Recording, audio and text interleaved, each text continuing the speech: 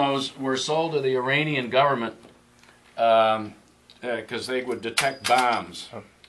What? And so at every... Come on, it's rotating. At every point in entry point to the city of Baghdad, there was an Iraqi soldier with one of these gizmos, supposedly detecting bombs as they went by. You've got to be kidding. And if you open it up, there's either nothing inside, or wires that don't go anywhere, or there's a wire that when you turn the switch on, it goes here and lights this light up, but that's all it does. That's all. And people they finally, the English government finally arrested the guy. One of them, there's actually a number of these things out. That's the X50. This is the X60. Oh my, better improvement, right? And one of them has a dial on it where you can dial in what you're looking for, silver or gold or what have you. Ooh, let's go look for this. So this is a big technological advance on the old dowsing rod. With the original dowsing rod was the stick, right? That would wobble up and down as you held it like this.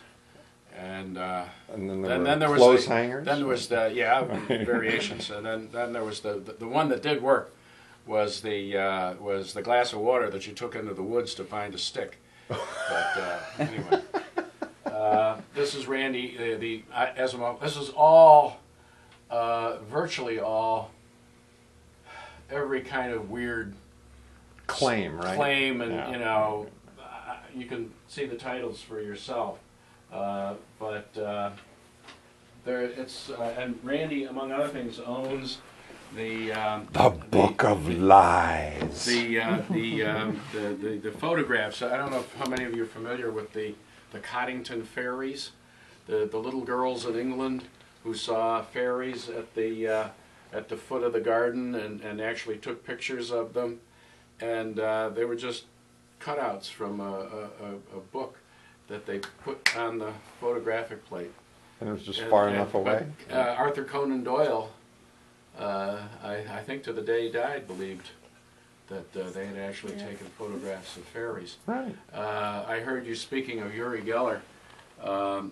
Randy was on the Johnny Carson show 30 times, and among other things, Johnny Carson had some experience as a magician as a young man, so he knew what some of the stuff was about. But he set the stage for Johnny's interview, Uri Geller, so that Uri couldn't do some of his tricks.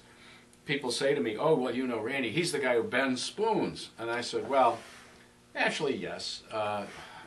That's not really what he does.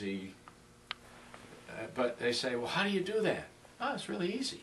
Yeah, you take the spoon and you go like this. The trick is not to let anybody see you do it. Right.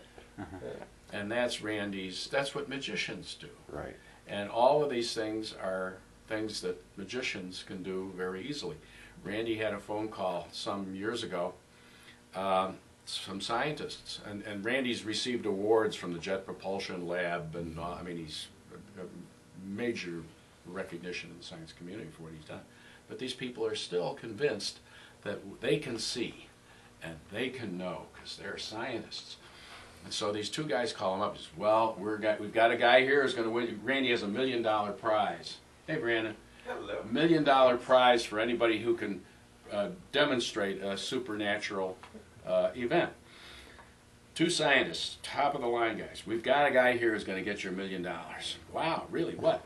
Yes, he can put a little matchbox on the back of his hand and make it go up and down. And Randy says, oh, okay. And we've checked this out. We went and we bought the matchbox, so we know it's not a trick matchbox.